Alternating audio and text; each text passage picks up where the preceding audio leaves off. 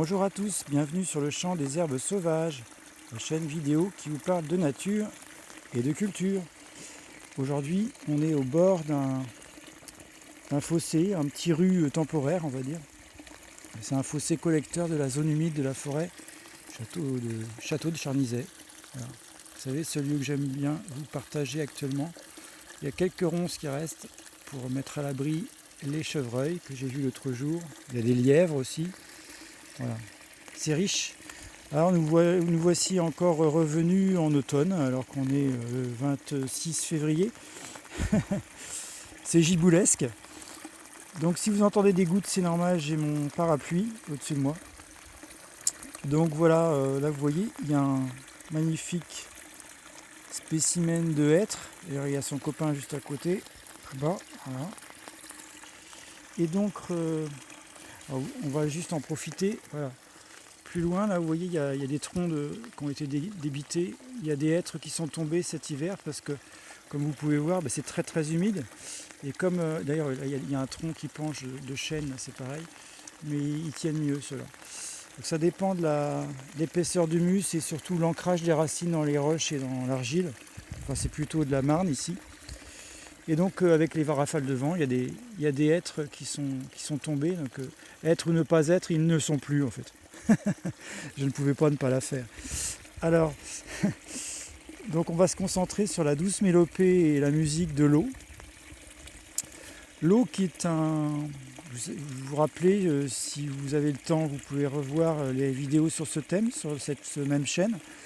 L'eau, H2O, dont son petit nom de déesse Eva, oui c'est Ève, la fameuse Ève biblique. Donc Eva, qui veut dire eau en fait, autrefois dans les traditions anciennes. Donc c'est bien une déesse féminine et qui va se nourrir d'énergie, des micro-ondes d'origine naturelle du cosmos, pas celles qui sont humaines. Donc elle transporte les ADN, elle transporte la musique, elle transporte la lumière, elle transporte les sels minéraux, elle fabrique des cristaux. L'eau, c'est une entité porteuse de vie, comme dans le fameux slogan. L'eau, c'est la vie. Sans eau, eh bien, c'est pas que la boucherie de chez Tintin et Milou.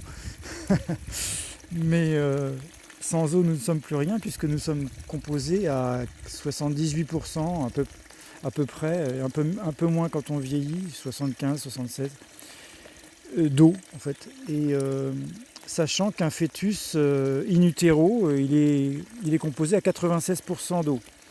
Et une méduse, c'est entre 98 et 99% d'eau. Une méduse. Donc le fœtus et la méduse sont très proches. Je vous le livre au passage.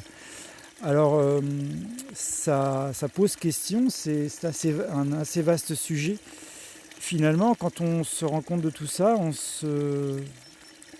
on constate que l'homme est beaucoup plus fait d'eau et d'information et d'énergie du vide que de matière.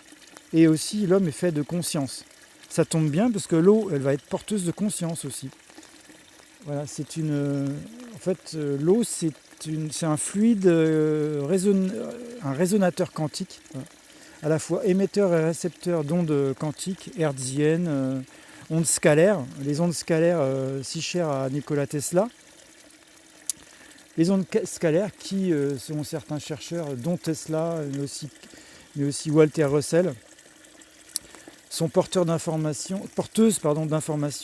Donc ce serait, et c'est beaucoup discuté, il y a certains scientifiques indépendants qui ont un consensus sur ce sujet.